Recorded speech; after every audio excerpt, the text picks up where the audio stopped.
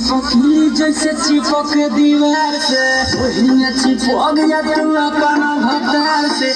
ये दिन पनई हर से आइलू है कार से रात भर मजा जलेबे दो प्यार से।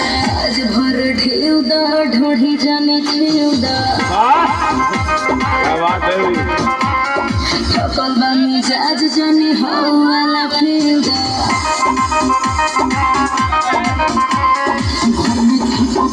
जैसे चिपक दीवार से वही में चिपक गया तू अपन भतार से। ये दिन पनई हर से आइलू है कार से रात भर मजा जलेबे दो प्यार से। आज भर ढेउ दा ढोढ़ी जाने छेउ दा जय हो थकल बा मिजाज जाने हो वाला फेउ दा।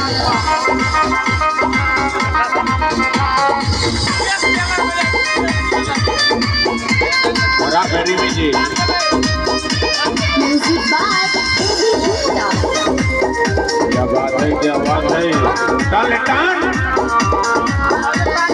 पोरे पोरे देह टूटतावे हो मान जबल अमदम टूटतावे हो। अब पानी कास बागा कास अब होने मारा रोटी बखेत जोन दी आजुजो। आज भर ढेउ दा ढोढ़ी जाने छेउ दा अरे ढोड़िया खिलाई तो रुखाई नहीं थकल बा मिजाज जाने हो वाला फेउ दा। घर में चिपकी जैसे चिपक दीवार से वही में चिपक गया तू अपन भतार से। ये दिन पनई हर से आइलू है कार से रात भर मजा जलेबे दो प्यार से। आज भर ढेउ दा ढोढ़ी जाने छेउ दा थकल बा मिजाज जाने हो वाला फेउ दा।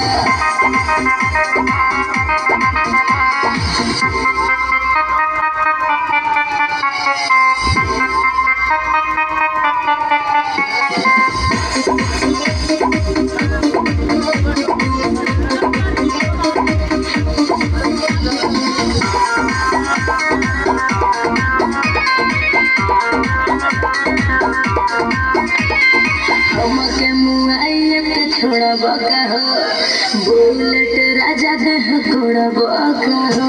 लगे हो जा फेस मुदा कोई के परे मारी नहीं आज सुनो नीरमल योगी। आज भर ढेउ दा ढोढ़ी जाने छेउ दा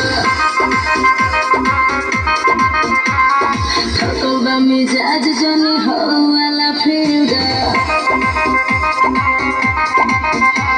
घर में चिपकी जैसे चिपक दीवार से वही में चिपक गया तू अपन भतार से।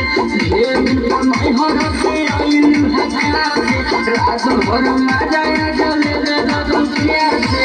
आज भर ढेउ दा ढोढ़ी जाने छेउ दा थकल बा मिजाज जाने हो